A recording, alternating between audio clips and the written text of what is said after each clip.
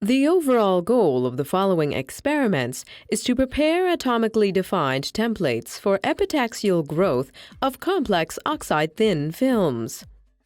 The first approach to achieve this is chemical treatment of single crystalline strontium titanate and dysprosium scandate substrates to obtain atomically smooth single-terminated surfaces.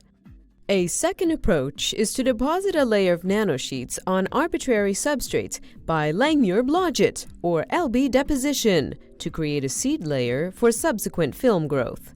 The results show that epitaxial films can be grown on the resulting templates, as can be seen with atomic force microscopy and electron backscatter diffraction. When using perovskite oxide substrates, single surface termination is preferred to obtain high-quality epitaxial films. The main advantage of using nanosheets over other existing methods is that relatively expensive and size-limited single crystalline substrates can be replaced by virtually any substrate material.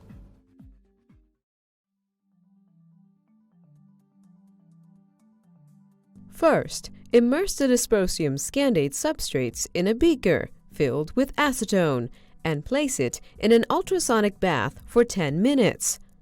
After repeating this step with ethanol, use a nitrogen gun to dry the substrates by blowing the ethanol drops from the surface. Check the surface of each substrate with an optical microscope.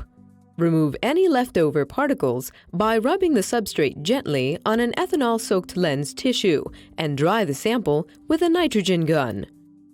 Repeat the previous steps until no particles are visible with the microscope anymore. Next, anneal the substrates at 1000 degrees.